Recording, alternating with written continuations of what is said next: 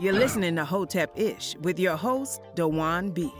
Intelligent ish talk, intelligent shit talk, where we balance the profound with the profane.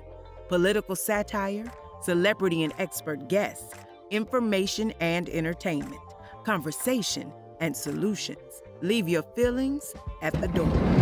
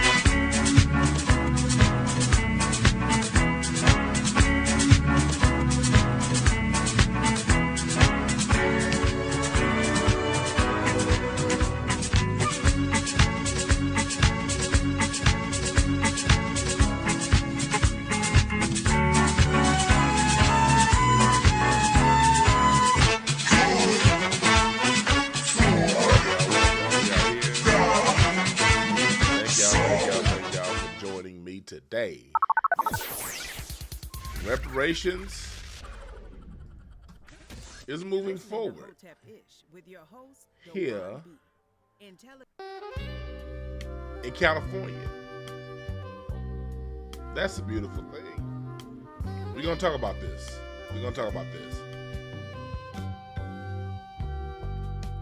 But first off, I want to say what's up to everybody in here. What's up, Nino Black?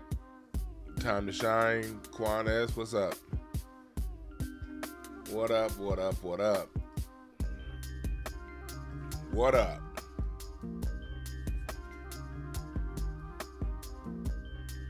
We over here talking about this reparations task force. And I want to start off by, we're going to first start off about talking about what it is, how it can help us. And then we're going to talk about all of those, the importance of ignoring doubters. Doubters ain't shit. Doubters are people who just project their own self-doubt onto those around them. But doubters have no power.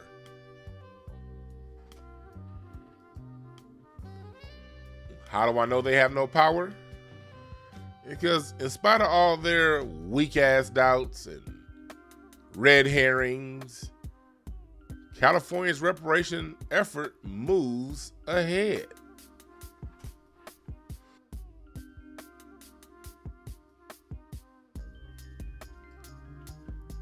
The shit's moving ahead in spite of their cowardice.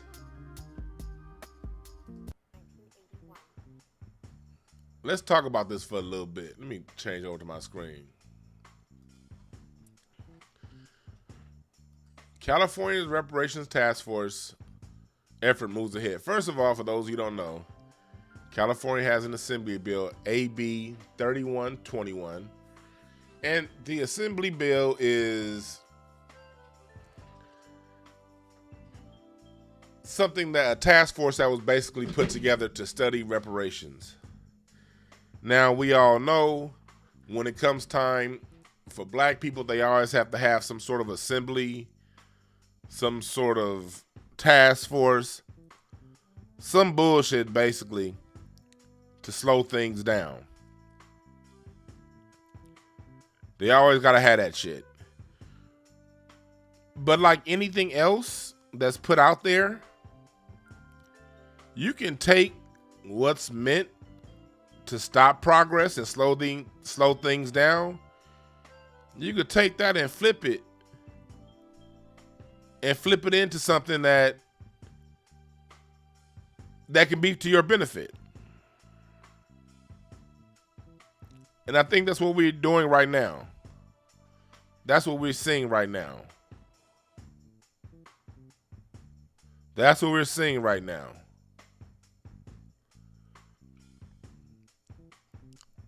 Because the minute they put this whole thing out, talking about a reparations task force, the black grassroots went straight on alert. Cats was like, nah, hell nah. You ain't about to put our reparations up to a vote. Because every time y'all put our reparations up for a vote or through some task force, it don't turn out in our favor. But they say, you know what? We gonna do it anyway. We gonna do it anyway. We gonna put your reparations up for a vote. So you know what black folks said? Black folks was like, all right, bet. Y'all want to put it up for a vote? Cool. Then we'll be there. We gonna pull up. Every meeting, every vote, we gonna be there. And that's what we did. Okay, I found what I was looking for. Because I'm going to tie this into something we talked about a couple weeks ago on Craig Facts and go into deeper detail. This is something that I'm going to actually be referencing a lot. No, I don't want your pop-up, nigga. God damn, I hate these pop-ups. Man, the whole pop-up blocker thing was working. And then now to get on websites, you got disable pop-ups. Shit. I'm going to tie two things in together because remember this, all history is a current event. All of these different things that we see happen when we talk about the CIA and the FBI and how they do things to sabotage and undermine, we generally hear about that in a vacuum. As if they do these things to undermine us and then it just, it goes away.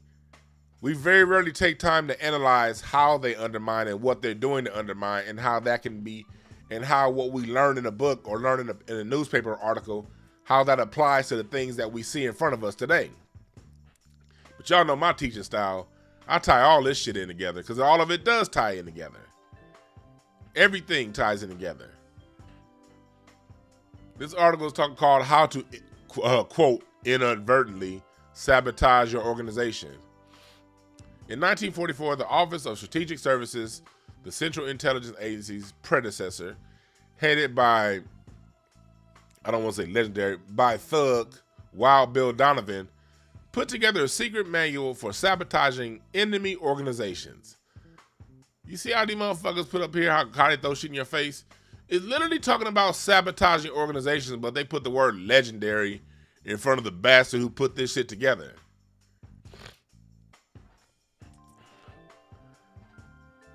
The manual encouraged simple acts of destruction that required no special training, tools, or equipment with minimal danger of injury, detection, and reprisal.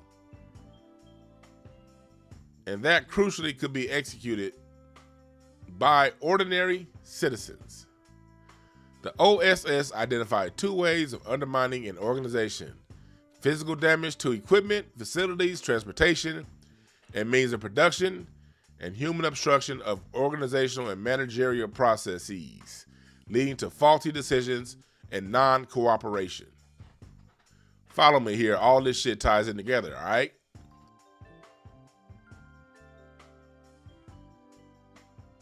Because when we see things applied in the present tense, we gotta talk about how they got there. And this is why we say things when it comes to organizations, when it comes to committees and task force. This is explaining why and how they undermine us. Setting the foundation, so be patient. Both ways targeted the productivity of a company. Lowering employee morale, organizational sabotage was considered as effective as slowing down an organization's output as pouring sand into the lubrication systems of its machines. This shit was basically declassified in 2008, a yada yada, a yada yada. Oh, hell nah. It says create, shit. They want me to create art. I read this article. I should have, damn it. See, I should have print screened this like I usually do when I find stuff. It says I have to create an account because I have the rest of this article. And it did not tell me to have an account before. So let me see if I can look it up through my Opera browser. Make sure my VPN is on. Is my VPN on? All right, cool. Let's see. Let's see if I can pull this article up through Opera. Sometimes that's a way of getting around the bullshit. Let's see if the whole article come up. Nope. Damn it. God damn. This is an example I was going to give you. Well, anyway, I'll still put the link. This is a MIT study. I'll put the link in the description bar. As a matter of fact, I'm going to put the link in the chat room right now. That way, those of you who are watching, if you want to go look it up yourself, and not get this shit in the way, you can find it. So I'm going to tell you what basically the article said later on, right now. And then y'all just going to have to go and look up the article yourself and read the details. But in the article,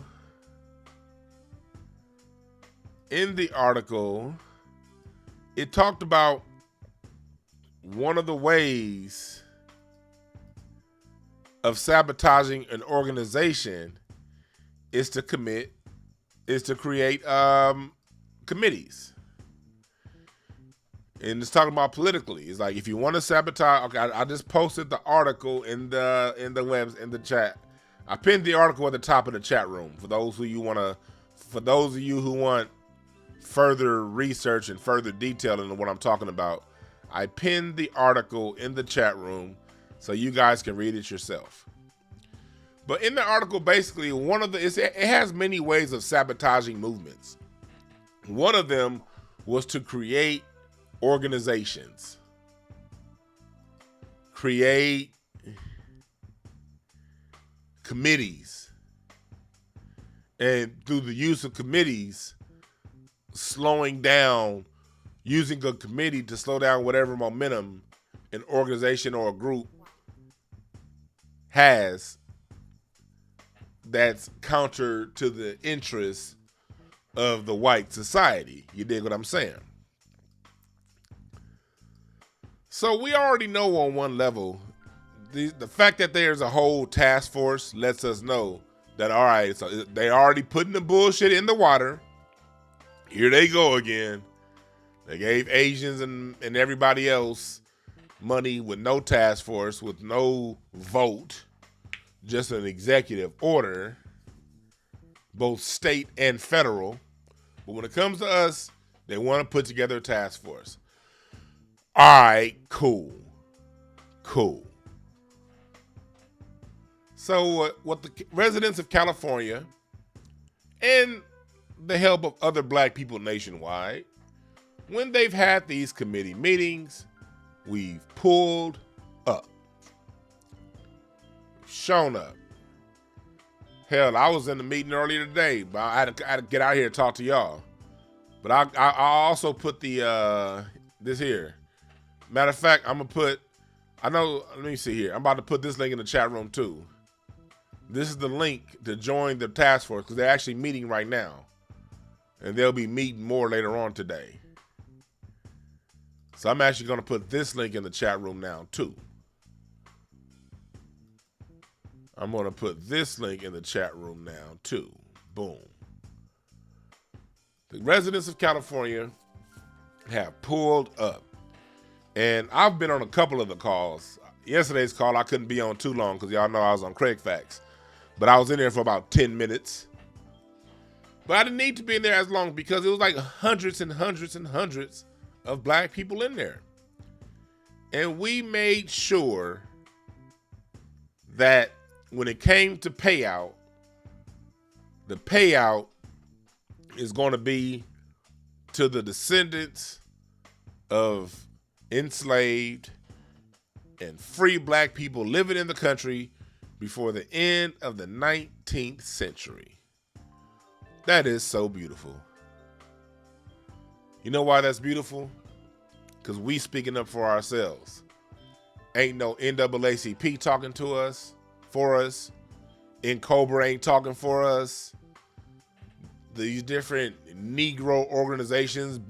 I'm so glad Black Lives Matter is now irrelevant. Because if Black Lives Matter was around, you know they'd be sitting around talking about, and we also need reparations for LGBTQ. Because booty in the hole activities needs reparation. We need the lining around our ass cracks re-sewn together. And black men are the reason why booty holes of the LGBTQ community are worn out. So because of that, we need to be a part of reparations too. You know that's what they would be saying. You know that's what they would be saying.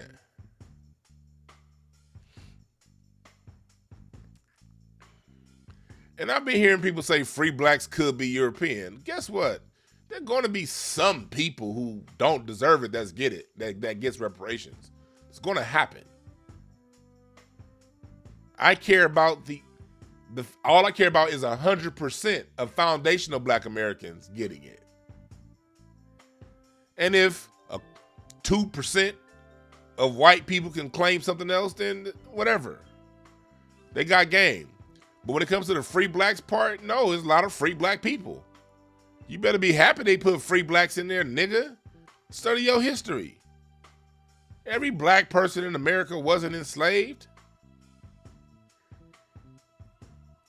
But they still had assets and money taken from them because they were black. I always talk about my family out of Virginia. They were free, never enslaved, forced to move out of Virginia after the Nat Turner Revolt.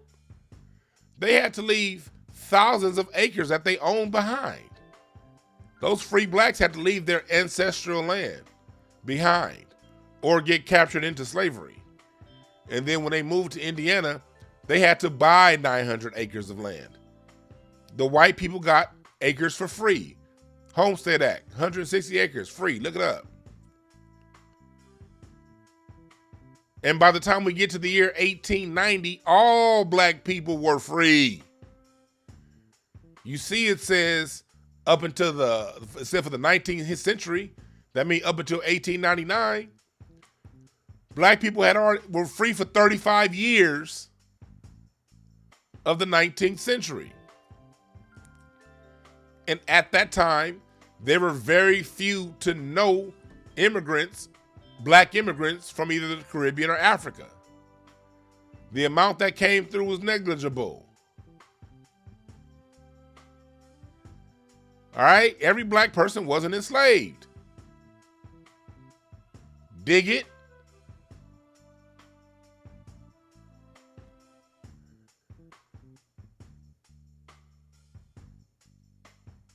Yeah.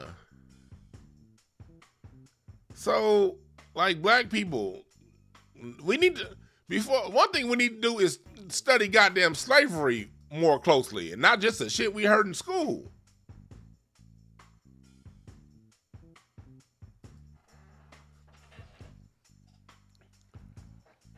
So, the important thing that we have here is who's eligible for reparations. The community of eligibility based on lineage determined by an individual being of African American descent. I still don't like that term, African American. I still don't like that term. But they clean it up, descendant of a chattel enslaved person or descendant of a free black person living in the United States prior to the end of the 19th century. See right there where it says free black person? For all you people saying it could be white? No. That's for the people who are black, because if they keep it African American, then that will go back to the 4% of Africans that were brought to the United States through the transatlantic slave trade. Between 300 and 400,000 African Americans here. Only 300,000 to 400,000 came from Africa. The millions of others were already here, classified as black.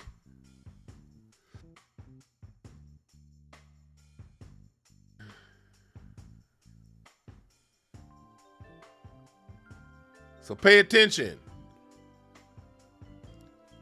This is pretty tight.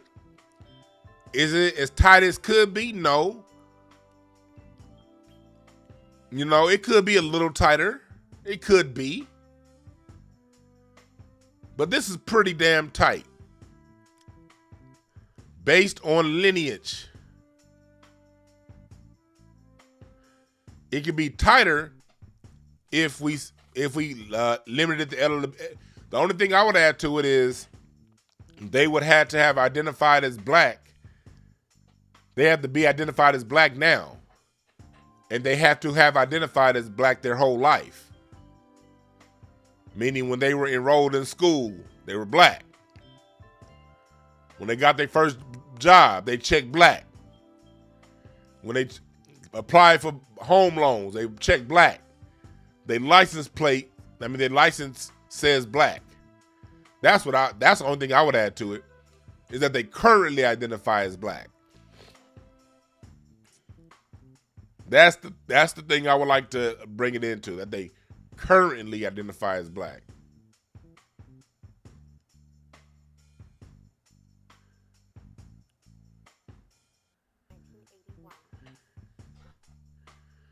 All right, why they choose limited that way? I'm not going to listen to.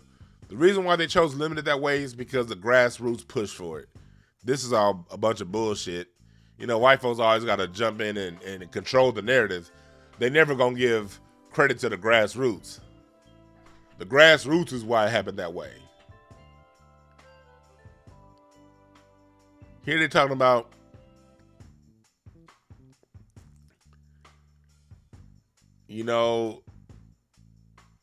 they're talking about the few black people who will not be able to claim it lineage. Mind you, if you can't trace your family back to 1900, you're in the very small minority. If you look hard enough, you can do it too. If you look hard enough. But the overwhelming majority, 98 out of 100 black people can trace, that truly are foundational black Americans, can trace their lineage very easily. And let me tell you how to do it. Here's one way of doing it. You know your mom's name, you know your grandmother's name, right? Go into Ancestry, put their names in, and see what pops up before them.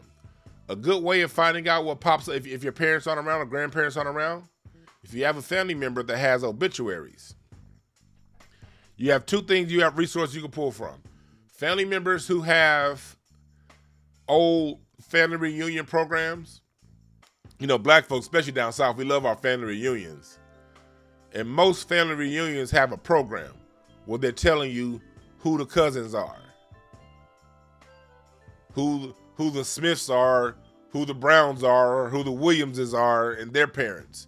You can find an old family reunion program. That's one way. Another way is to find old obituaries. Oftentimes in obituaries, they tell you who the person's father and mother was, and or their grandparents. So through obituaries and family reunion programs, you should be able to find at least one ancestor that goes back. Because, and mind you, ancestors multiply. You got two parents, 4 grandparents,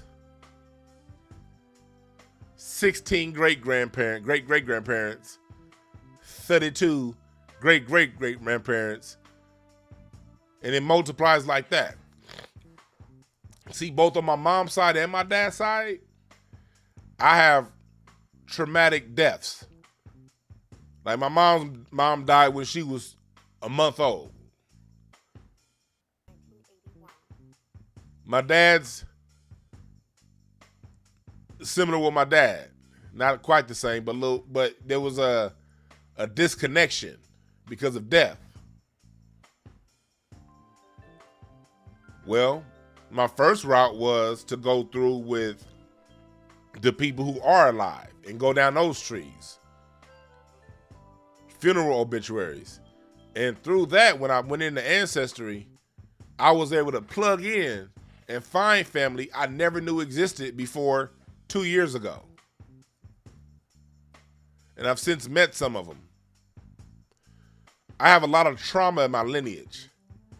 But even with that trauma, I was still, through one branch, able to connect another branch, able to connect a different branch.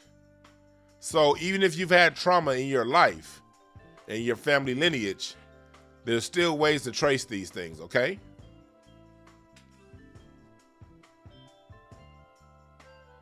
So those are ways that you can look it up. Obituaries and old family reunion programs.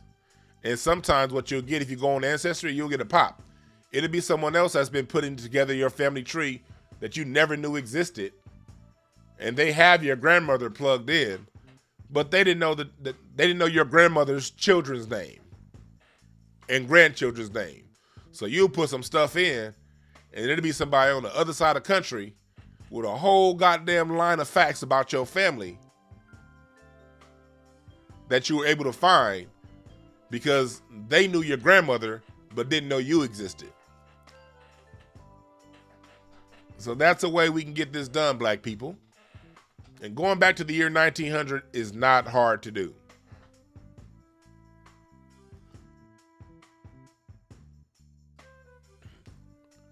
So this is what's going on right now. Now I want to transition the conversation. Oh, in the meantime, you can get your Reparations Now hoodie on Hotepish.com. You see all the different color choices.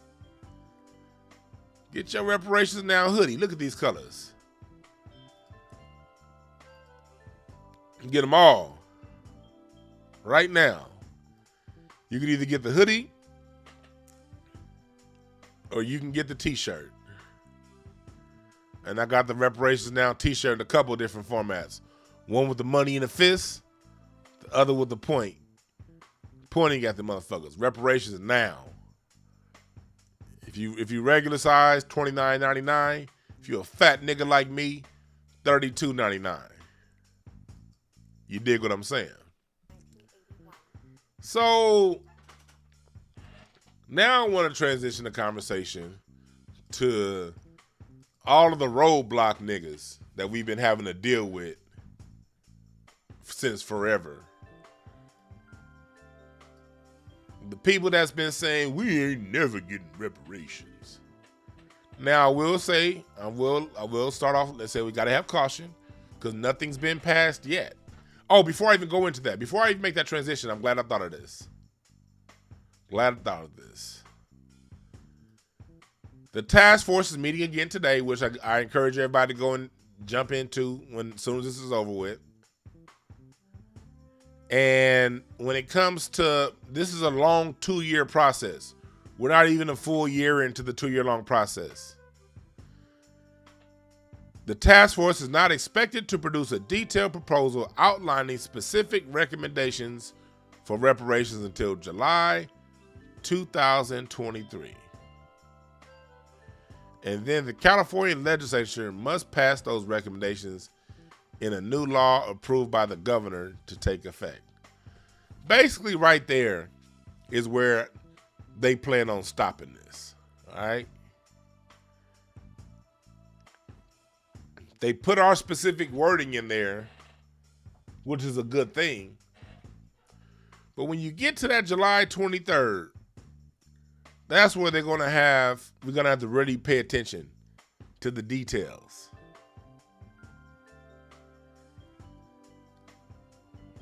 And then in the California legislature, that's probably going to be where they bury it. They're going to put it in the legislature. And when that bill comes up, we're going to have a lot of opposition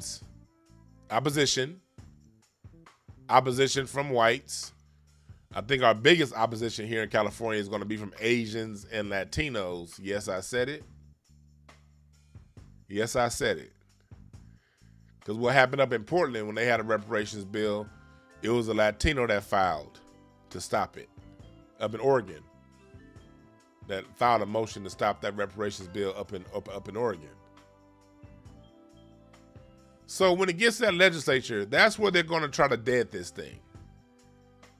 And I don't want to be the bearer of bad news. There's a good chance it does get deaded in the California legislature. But so Dwan, if you're saying it might get deaded and ended in the legislature, why are you talking about it? Here's why I'm talking about it.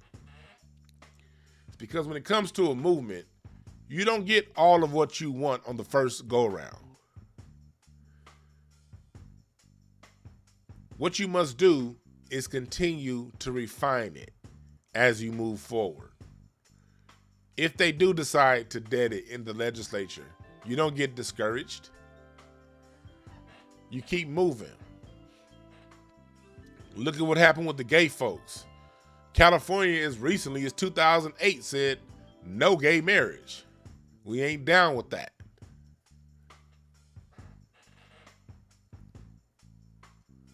But the gay folks kept going and kept going at it and kept going at it.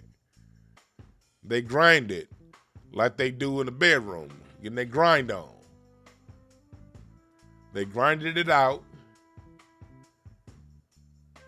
and then they got it to a point to where their marriage wasn't up for a vote. So even if this thing does get deaded, it sets a precedent.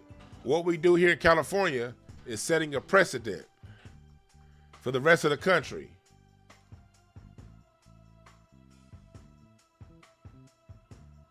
We're saying this is how it's done.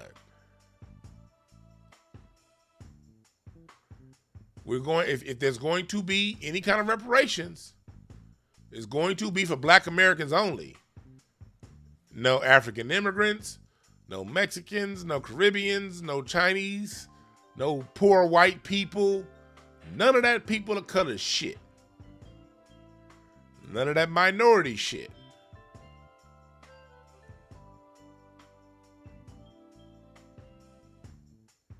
And you keep pushing. And you keep pushing.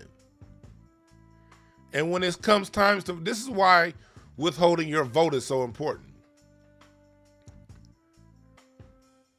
Because we're always a swing vote.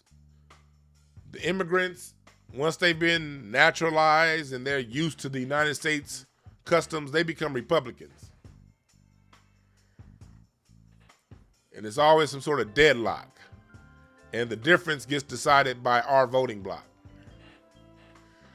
This is why reparations is our only political agenda.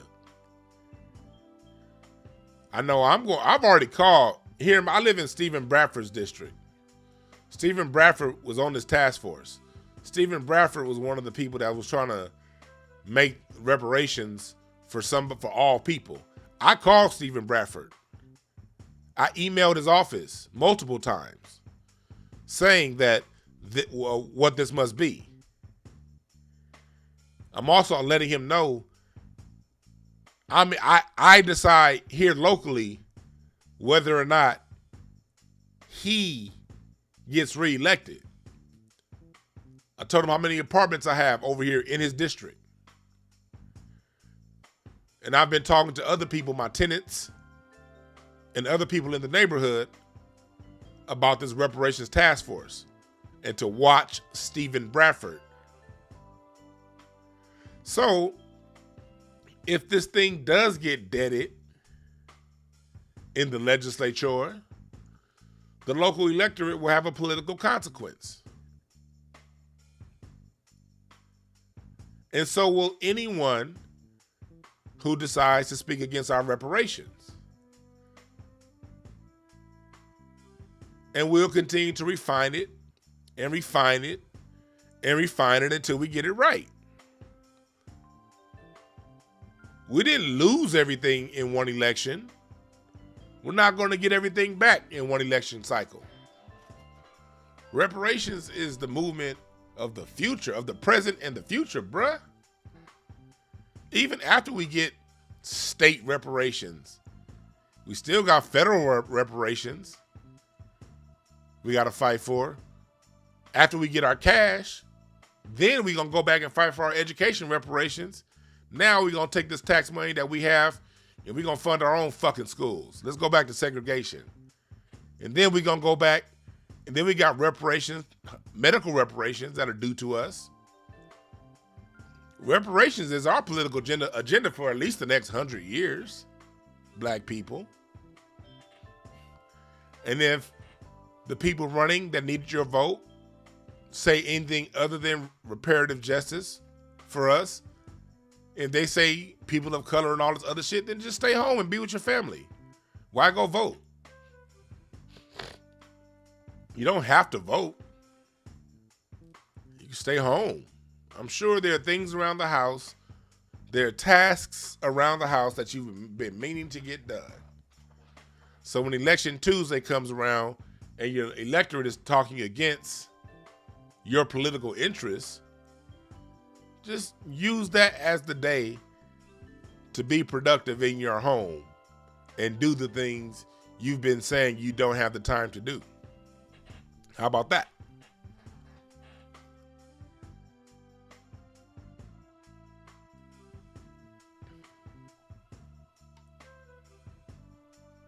Somebody said Will Smith and Chris Rock could use the platform to put for reparations. Man, shut your ass up.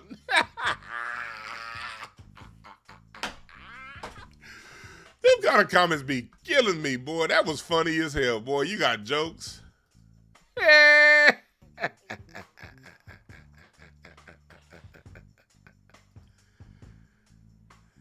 Lord.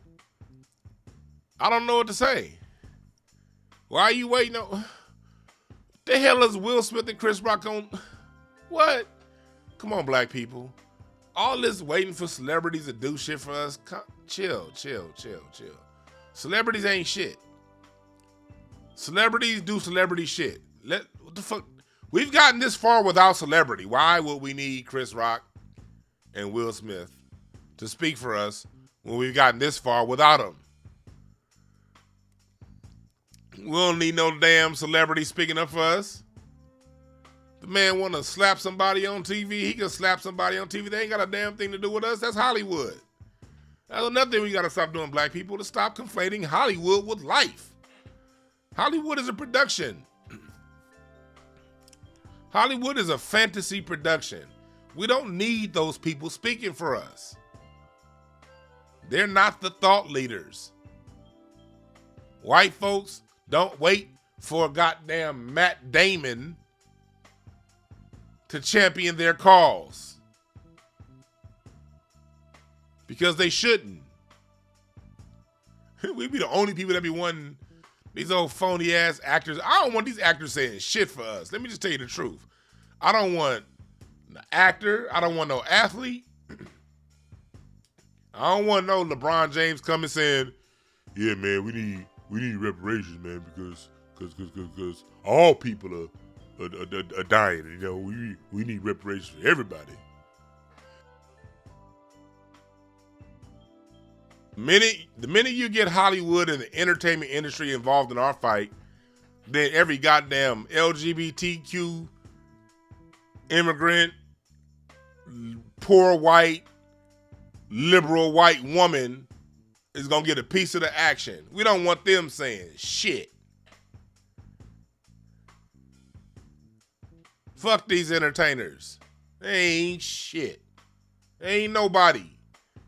These is niggas that just read lines for a living. Fuck them.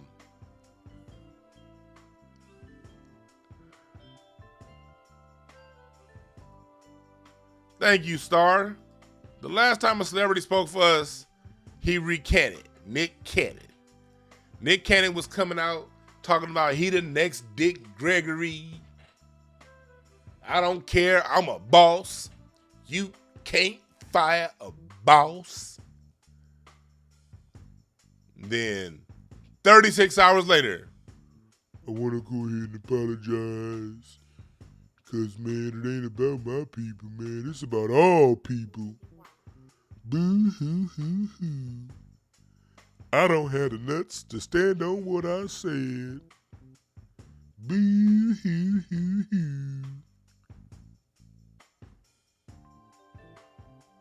Nick Cannon made us all, I won't say made us all, but Nick Cannon looked like a whole hoe up there.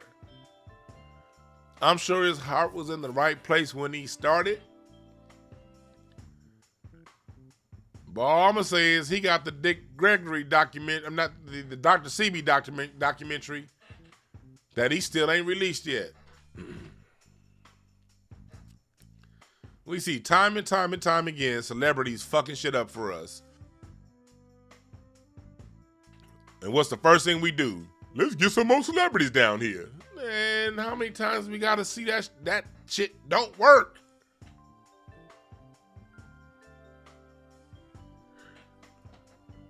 God damn.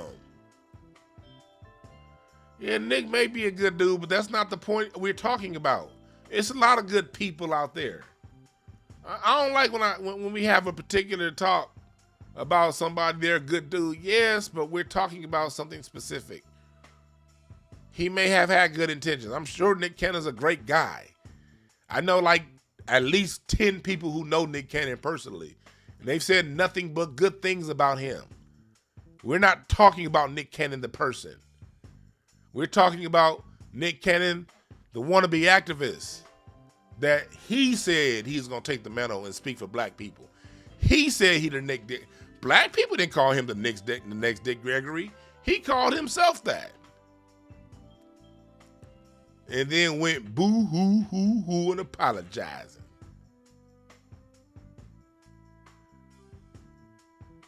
These celebrities need to sit their asses down.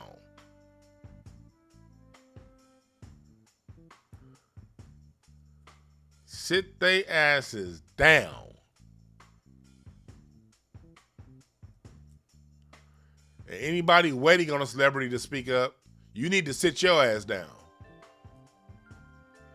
Dick Gregory was one of a kind. Turned down all that money. He could have been the megastar of the 60s. He turned that down.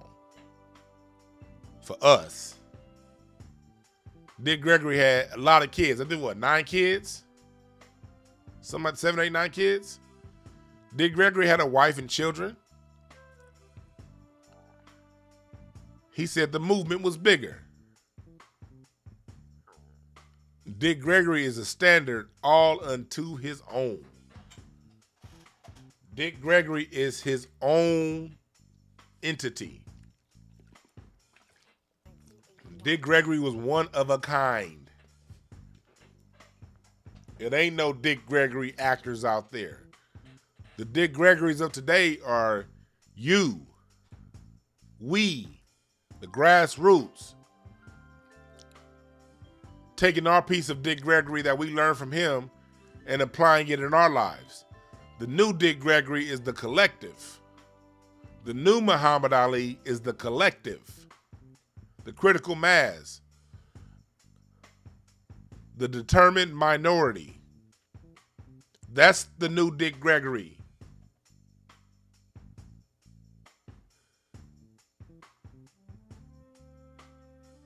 That's the new Dick Gregory.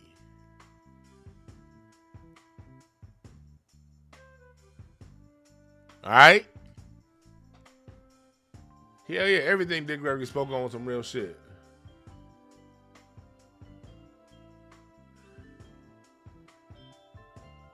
We're all Dick Gregory.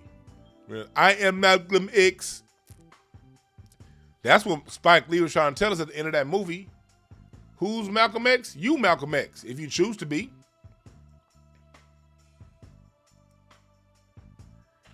We can't do it all on Malcolm X's level, but we can do it. We can be the Malcolm X of our environment. I am Malcolm X. The new Martin Luther King is you.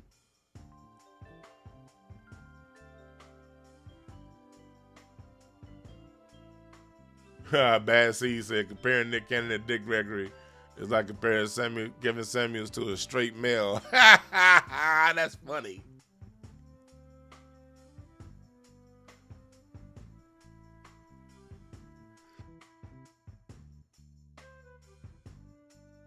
You're right, Stay Fly. Ida, Harriet, Malcolm, they're in all of us. The reason why we connect to them is because there's something within us that connects to the spirit within them.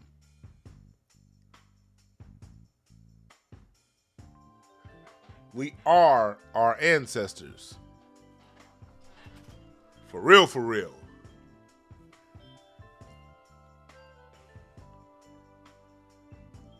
So look out for that. Look out for the trick. Look out for the stalled legislation in the legislature. And if they stall it here, we need those in Alabama to pick it up. Georgia.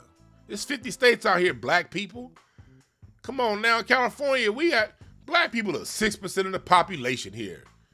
If we can get this much done being that small, and even less if you take away the Africans.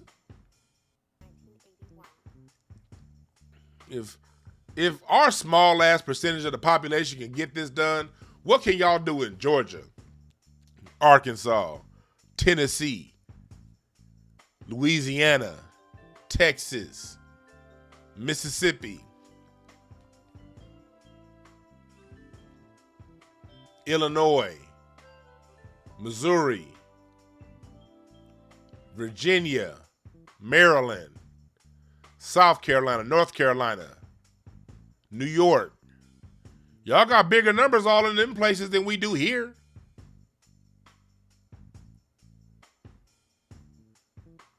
And California don't fuck with black people.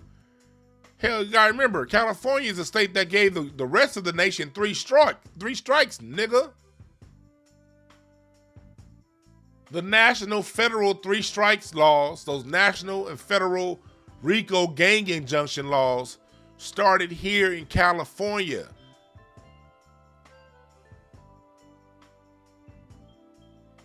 California was locking niggas up before it became fashionable. That's the state we dealing with here, nigga. People always want to make it seem like California ain't shit. California is just as racist as anywhere else. California just has a smile in your face, stab you in the back style of racism. In the front, they tell you, in the South, they tell you to your face you ain't shit. In California, they say, hey, we love hip hop music, and turn around and shoot you in the back of the head. California has been under a hard gentrification the last 30 years of black people. The rest of the country down south, y'all just now getting Mexicans and people from these other places. And we've been having to deal with, in California, we've been having to deal with a major influx of Mexicans, El Salvadorians, Chinese, Japanese, Armenian, Persian, all those other races that you motherfuckers are just now seeing in y'all state in the last 10 years have been undermining black people here in California for the last 40.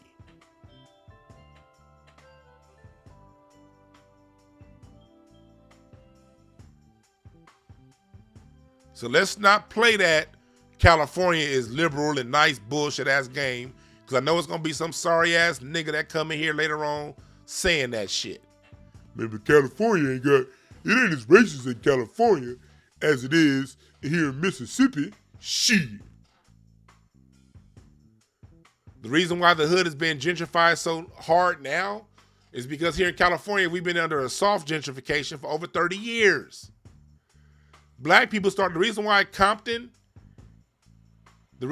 Compton isn't Compton anymore and hasn't been for over 20 years, it's because they've been pushing us out for the last 35 years from Compton. Black people having to move to the Moreno Valley, Lancaster, Apple Valley. California, do y'all know that California in the early 2000s stopped handing out Section 8 vouchers in the inner city to black people to move within the inner city? Yeah, here in California, I was doing loans back then. If you were on Section 8, if you already had a Section 8 voucher, you could move within the city. But if you were new to Section 8, they moved you to Palmdale. And they did this for about 15 years. Before they started the only reason why the jungles are gentrified right now is because you couldn't get a Section 8 voucher to live in the jungles for the last 20 years. They moved all them niggas out to Palmdale. The jungles was still 95% black up until 2014. That's when that dude that owns TMZ, what's his name, Harvey Levin? Harvey Levin owned, like, allegedly, I'm gonna say allegedly, but this is, I got this from somebody who works really high up at the LAPD. Harvey Levin owned like a few, like dozens of apartment buildings in the jungles. What did he do? In comes USC, buying all that shit up. USC has bought up all the spots in the hood that black people used to live because they started forcing black people out of the inner city back in the 90s.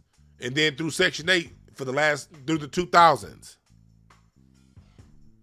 So that's the kind of fuck shit we deal with here in California. A smile in your face, stab you in the back ass form of racism.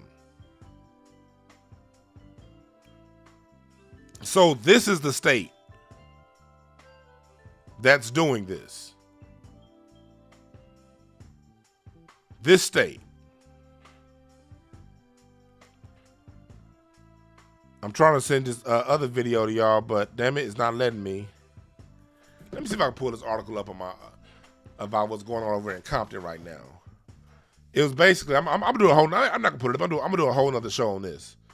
It was an ex-gang member in Compton that raised over $500,000 to repave the streets and pay the former gang members who have skills in industry and trade and to refix the city up, funded by the people. You know, the Mexicans on the legislature turned that down because they don't like Asia Brown, the black mayor. And they got caught on camera saying they're not going to pass anything Asia Brown does. I'm going to do a whole nother broadcast on that.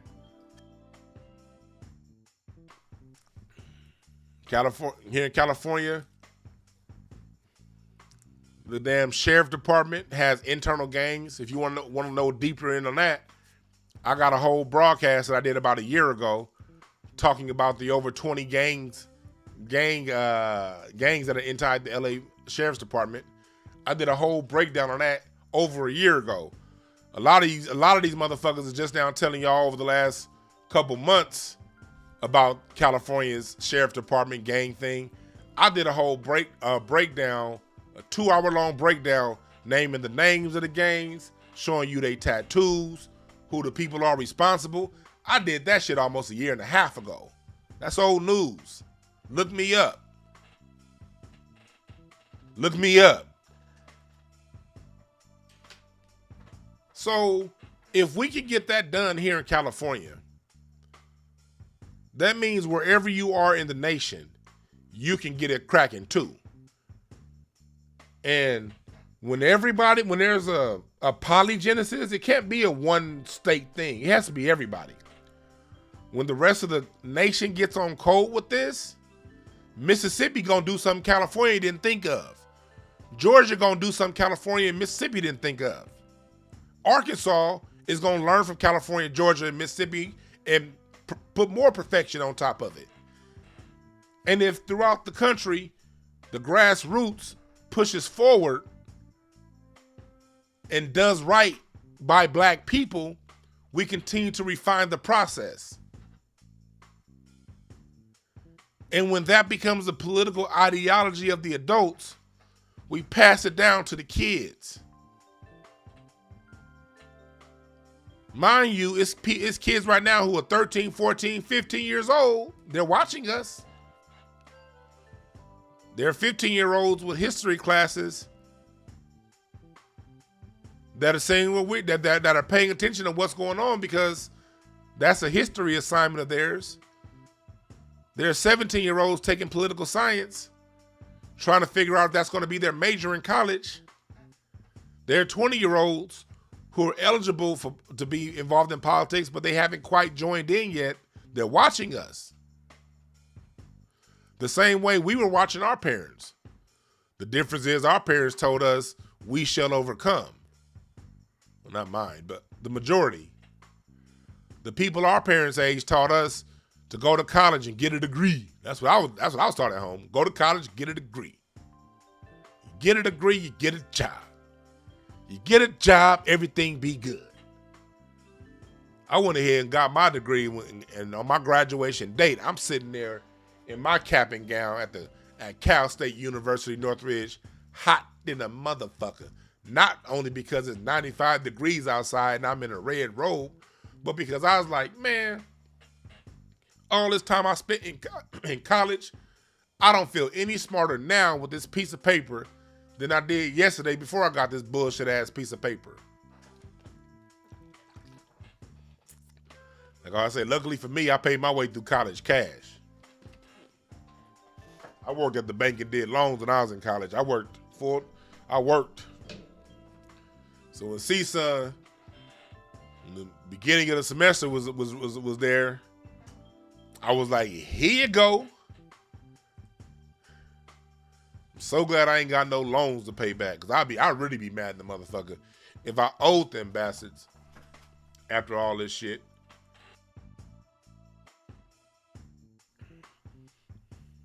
So it can be done.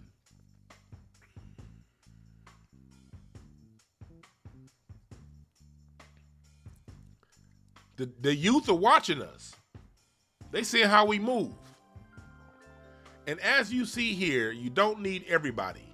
You just need a critical mass. 10, less than 10, around there, percentage of the population that are determined, that are focused. That's all you need. You don't need everybody. Especially these self-hating, doubting ass niggas. And this is the part I'm gonna transition to before I take some of y'all calls.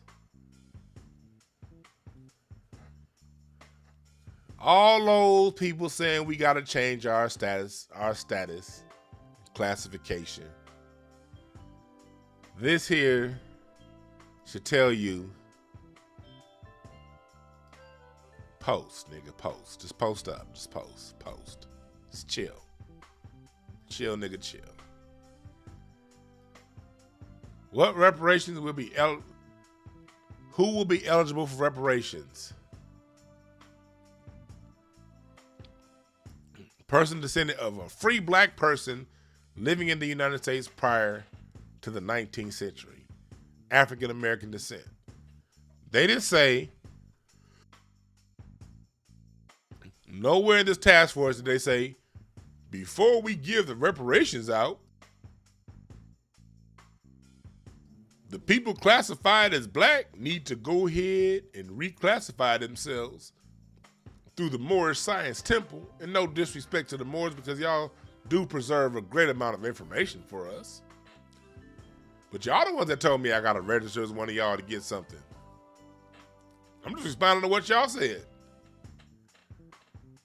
The state thinks differently. The state sees that, okay, they know who we are. They're acknowledging that right here.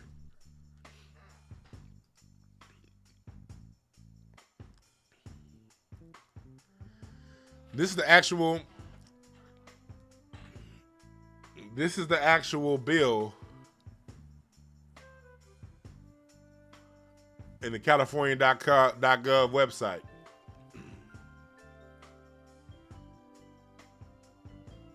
They deal with us on the terms of African American and black. Whether you were Moorish, Hebrew Israelite, Potawatomi like me, Choctaw like me, they did what you was black. Melungeon like my great-great-great-grandmother. Mulatto like my great-great-great-great-grandfather. Born Melungeon, born mulatto, but when they died, their death certificate said Negro or black.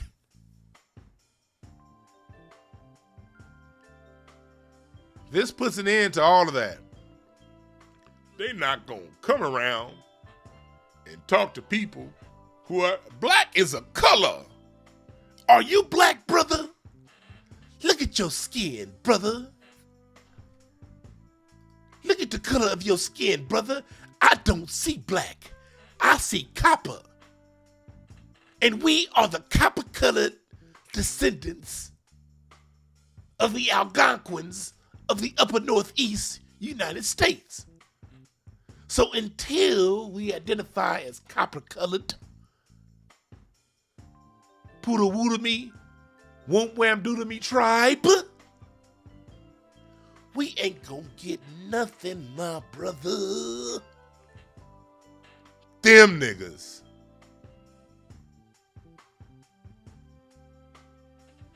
White supremacy, like Neely Fuller tells us, sees you in two classifications: white and non-white. Period. Not white and non-white. So if you're a Moor, non-white. If you're a Hebrew Israelite, non-white. If you're a bing boom bada boom bop bop bop bop bida bop boop boop boop boop boop tribe nigga, not white. If you from the Choctaw, the Chickasaw, not white.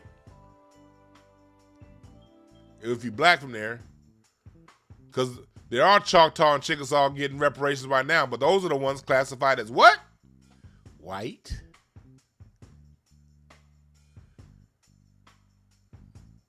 Gula, Geechee, non-white.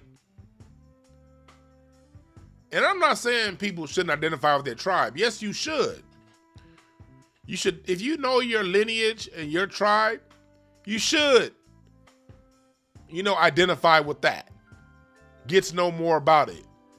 And whatever you know about it, teach those of us who don't know about it. I encourage that. But when it comes to our political agenda, the white supremacists see people in two classifications, white and non-white. So the whoop wham bada boom beep boop bada boom tribe can just link up with the Hebrew Israelites, link up with the Moorish cats, link up with the Gulas and the Geechees, get this money. Then once the money's gotten and good, go back and do what you do and call yourself whatever the hell you want to call yourself.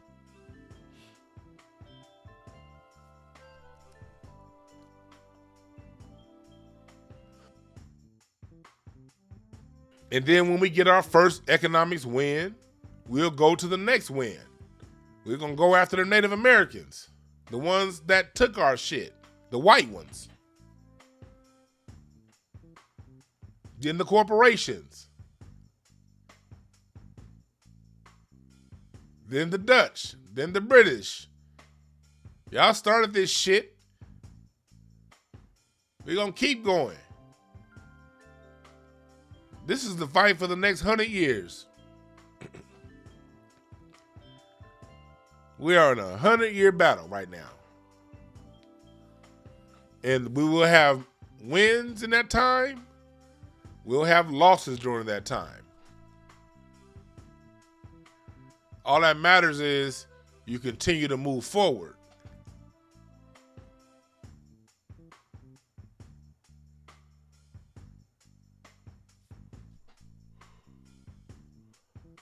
That's how this thing works.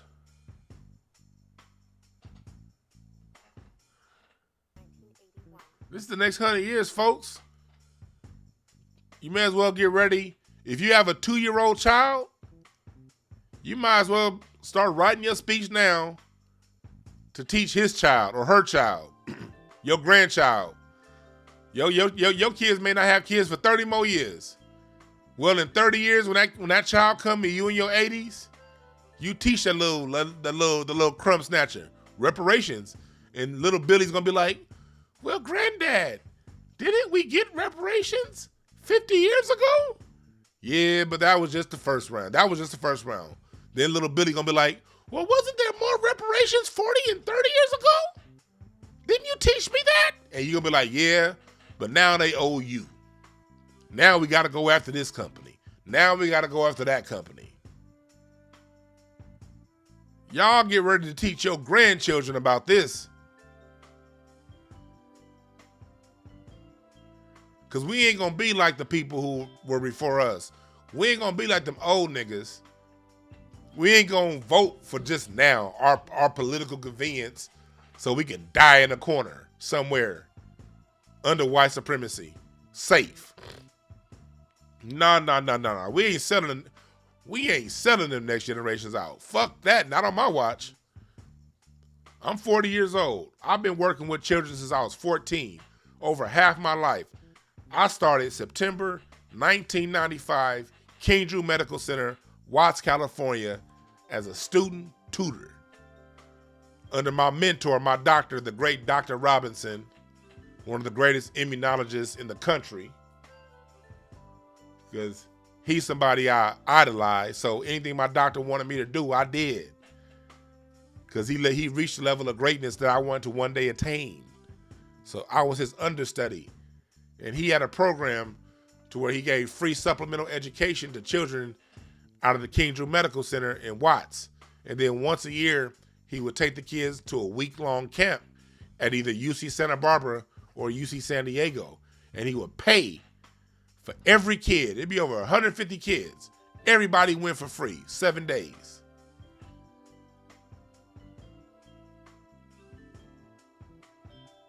I joined that program, and I spent my late teens all the way through my mid-20s up until the program ended, going back, reaching back to the kids that are younger than me. I've always had a heart for the next generation. Always, even though I don't have my own kids.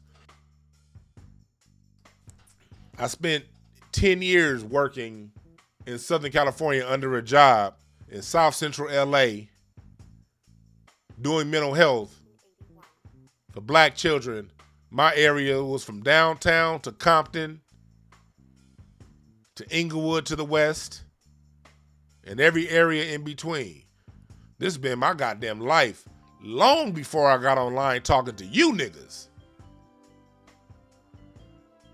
I got 30-year-olds that can tell you the effect I had on them 15 years ago. That's who you listening to. I can show you children that have become valedictorians of their school and got full ride scholarships to Ivy League universities under my leadership.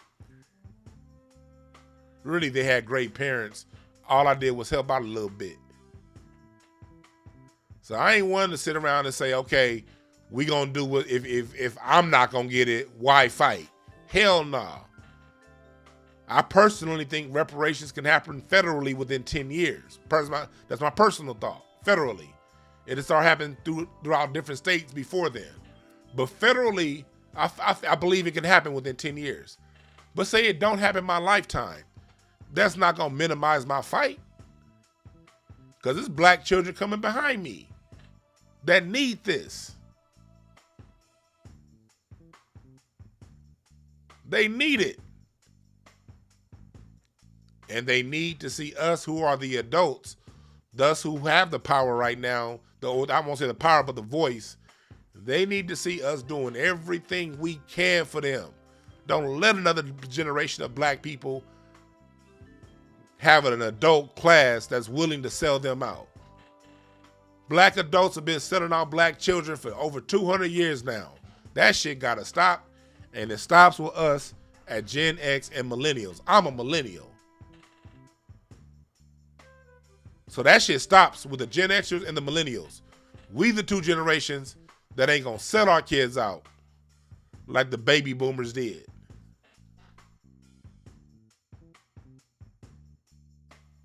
Fuck that. Reparations is a fight for the next 100 years, nigga. And this also goes to all you, we ain't gonna never get reparations. Why are you gonna do that? We ain't never. Sign your check over to me then, you coward. All them old we ain't never gonna get ass niggas. Where y'all at?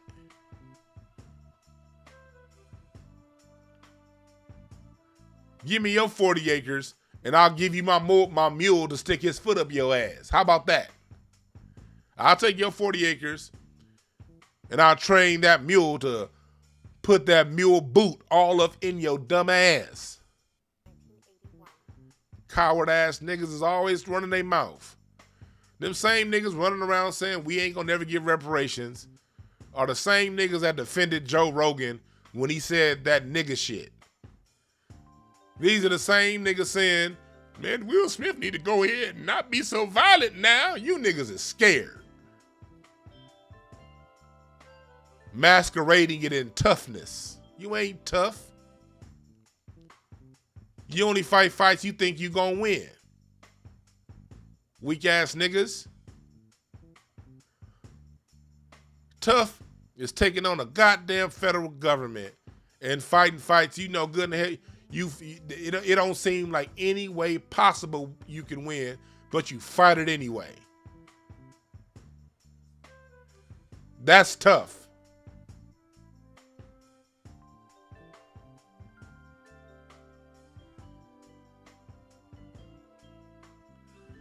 Lady B, you're right. When you tell them to sign their check over, they gonna be, I need this money now. Well, I'm not giving you my money now. Well, nigga, you didn't think we was gonna get it, so hell, why do you want it now? You was one saying we ain't gonna get it. And it's another group of people I want to talk to.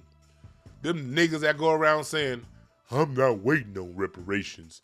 I'm not gonna wait. I'm gonna get up and get my own. Who the fuck ain't? You can fight for reparations and still get it on your own, fool. I got 3 podcasts and 3 different companies I run.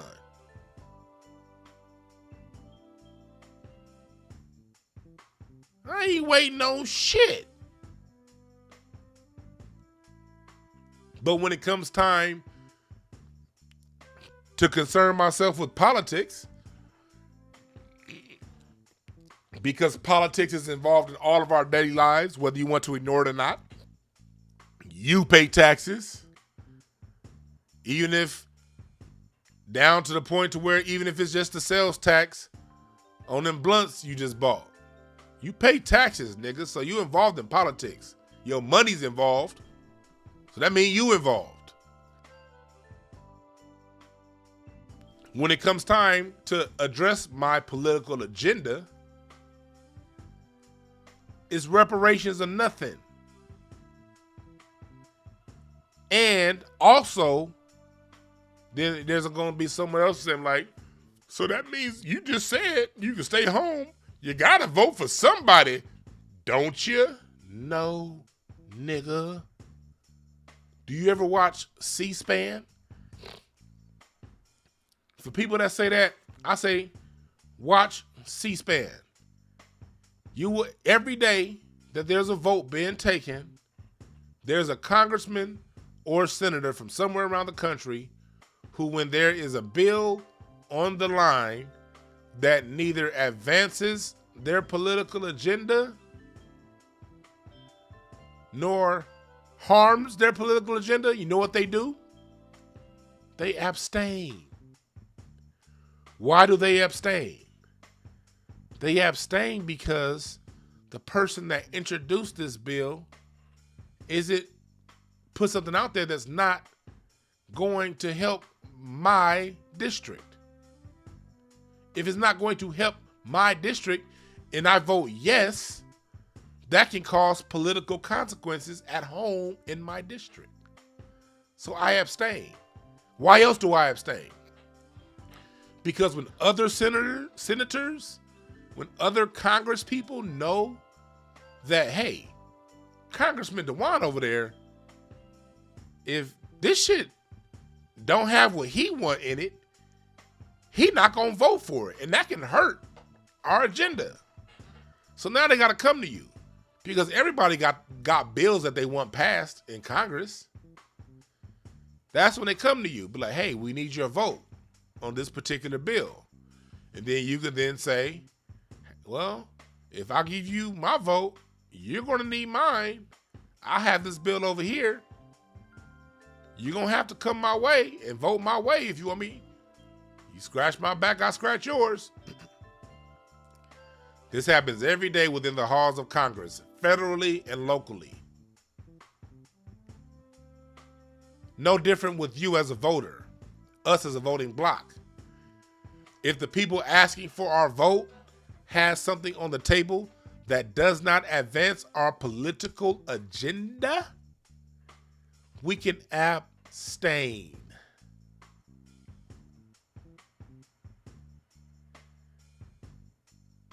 Still be politically aware, still participate in meetings, still write your local congressperson and senator, still be politically involved.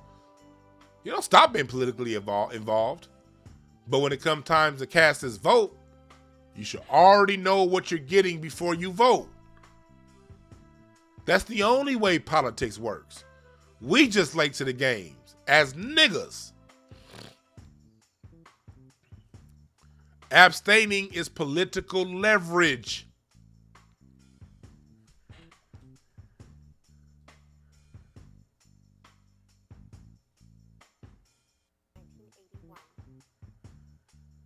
That's why I'm covering this from all these different angles for you.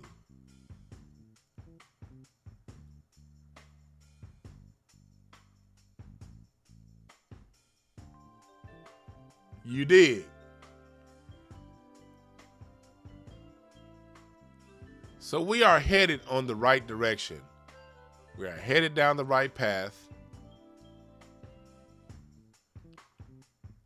That was a major hurdle, making sure that reparations is for the descendants of slaves in the United States of America, and that be put in writing, and free black people living in America in the 1800s, 19th century. Even if this bill fails in the legislature, it's something that other states can pick up and move forward with their bills. And us here in California, we can get it back going again. Because this is a 100-year fight, people. Even after we get our first round of reparations, we have a long way to go. Ain't that what the old people say?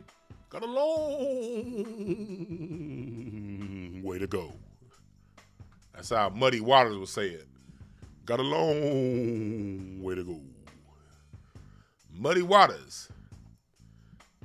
The gypsy woman told me, you your mama's bad luck child. I love the blues. That's a cold ass song by Muddy Waters. How you gonna say the gypsy woman told me that you are your mama's bad luck child? God damn, them is some lyrics, Muddy.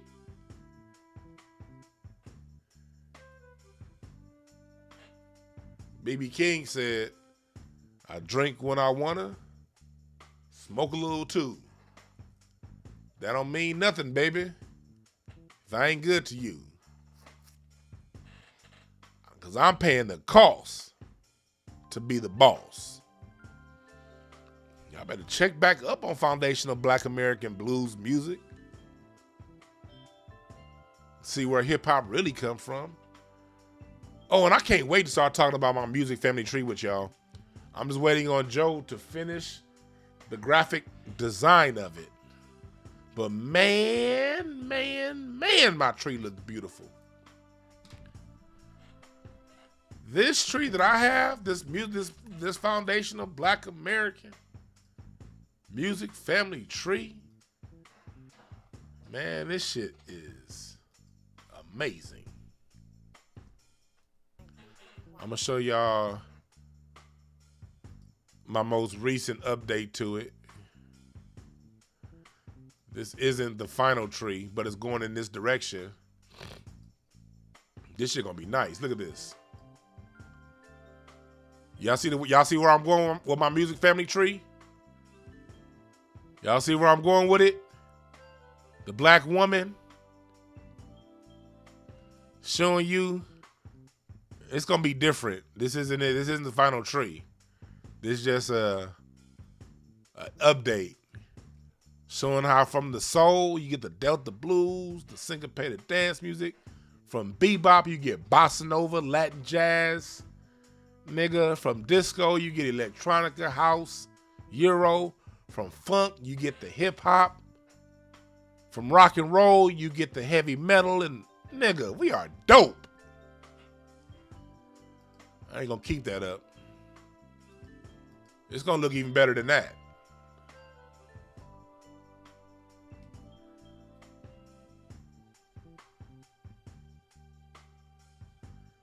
It's gonna look even better than that. Somebody said, what can music do against newts? Stay on topic, nigga. God damn. It's always somebody who wanna come in. What does A, B, and C, what is that gonna do for Z, X, and Y? if you don't sit your ass down, the niggas can't talk about multiple things at once. You listen to music, don't you?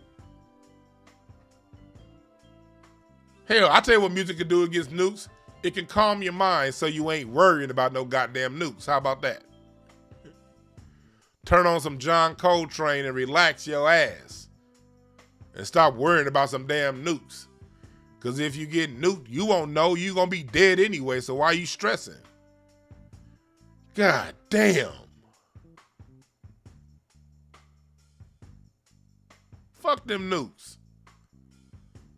If a nuke get dropped on Los Angeles in 5 minutes, I ain't gonna be here. All you gonna hear is, and y'all gonna be like, what happened to the wine? And then you gonna turn on Twitter, and Twitter gonna say, Los Angeles, California, just bombed by a nuclear warhead from Russia. I'm gonna be gone. But in the meantime, I had my music to get me through all of the bullshit.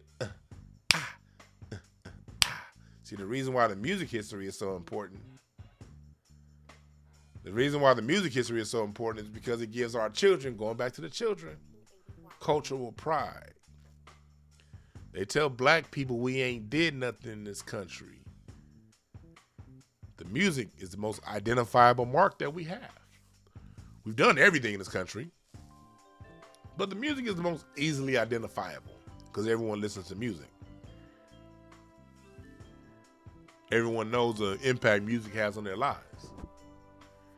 And when a black 5-year-old has an understanding of that, they grow up with a different sense of pride. You dig? And then they have a responsibility to bring the music back to where it once was before our music got corrupted by white folks. You dig what I'm saying? All this shit ties in together.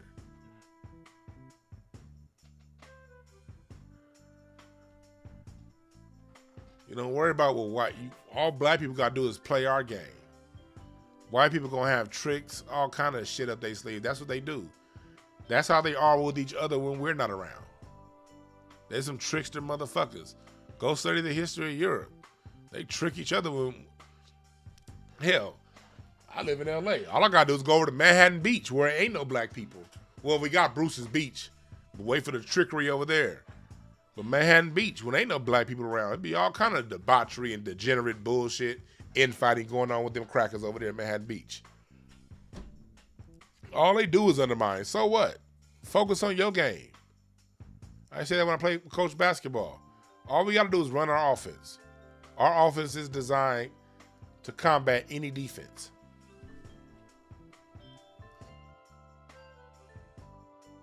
Come into the game with a defensive game plan, and then through each quarter you adjust your game plan based on the conditions presented to you.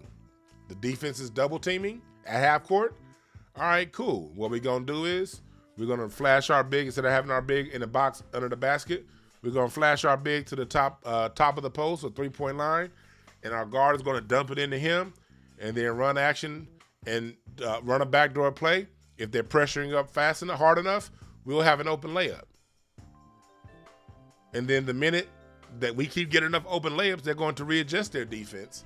And then when they start doing that, what we're going to do is when the power forward flashes up, we're going to set a down screen for the shooting guard to come off the curl. And with that down screen is set, when you get to the half court mark, you should have an open three-pointer.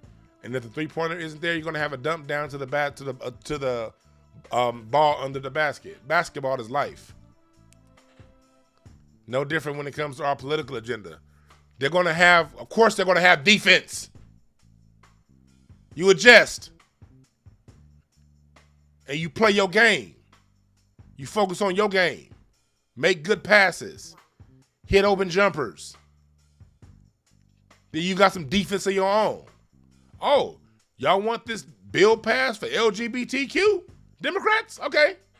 What you got for us? Nothing? Oh. All right, see you later. That's how we play defense. Oh, you want something for yourself and you're not including us? All right, cool. That's how you slide your feet and play defense. I'm telling you motherfuckers, I used to talk about the game of life when I coach basketball. All this shit's the same.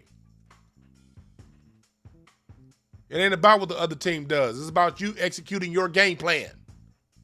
Fuck them.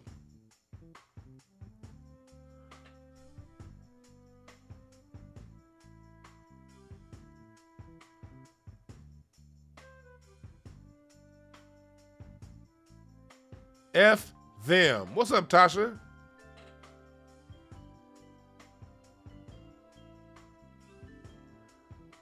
Somebody said my tree should have started in Africa. No, the fuck it shouldn't. That's another thing. That's why I'm so glad we're getting a sense of cultural pride here in America.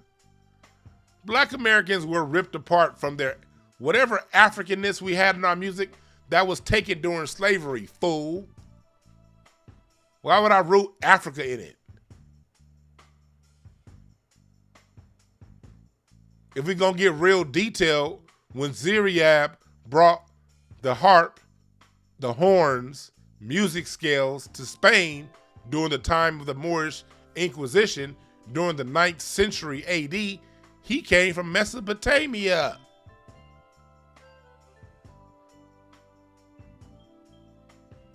Black Americans created the drum set. It was the Black Americans that turned the saxophone from a band instrument to a solo instrument. It was the Black American that created the electric guitar, the bass guitar. And what we didn't create, it was the Black American who played how it would be used do now. Now, we ain't got to give credit to 10,000 years ago Africa, when the music that we create here in North America is unique to us, and it's something that we spent the last 400 years developing without the help of anybody across the African diaspora? Nigga, please. Again, cultural pride. It's not to shit on Africa, but it's to give credit where credit is due. Jazz started in New Orleans, not Senegal. The blues started in the Mississippi Delta, not Ghana.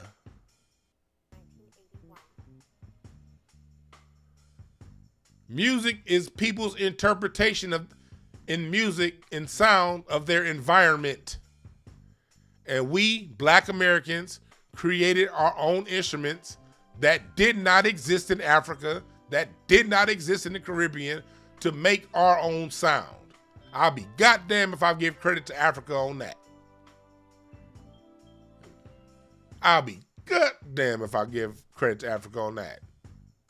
Thank you, Africa, for all the great things you've done, but the jazz, the blues, the soul, the R&B, that's us. Everybody else, step aside and watch the masters do what we do. Because if our music was African, you would hear it in Africa right now. Created in Africa. Oh, but what do you hear out of Africa right now? Afro beats, which comes from Fela Kuti. Fela Kuti, the man who created his sound after visiting Los Angeles in 1970 and listening to Miles Davis' Bitches Brew album and James Brown, and incorporating instruments unique to North America that did not exist in Africa before the North American created it. So even when I go to Africa now, what I'm hearing is Africa's version of Black Americans' music. You dig? We got to have our cultural pride and be unapologetic about it. Hit the like button, smash the subscribe button if you ain't currently subscribed. Thank you, chat room. Hit that like button. I be forgetting to say that shit. God damn, I'm preaching right now. But no one should feel insulted or slighted when the Black American talks about our unique contributions to the world. And if you feel slighted, you need to ask yourself, why do you feel slighted? Do you feel slighted because you have a perception of the Black American, that the Black American can't do things on its own everything good from the black America must come from Africa, but everything bad about the black American, oh, that's just you niggas. That's what the old folks taught us when I was a kid. No more of that bullshit. What we created, we own. God damn it. And anybody that got a problem with it can kiss your black ass.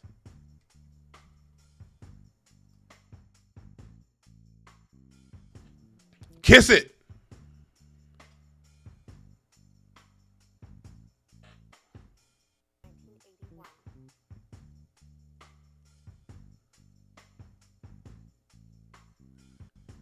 Kiss it.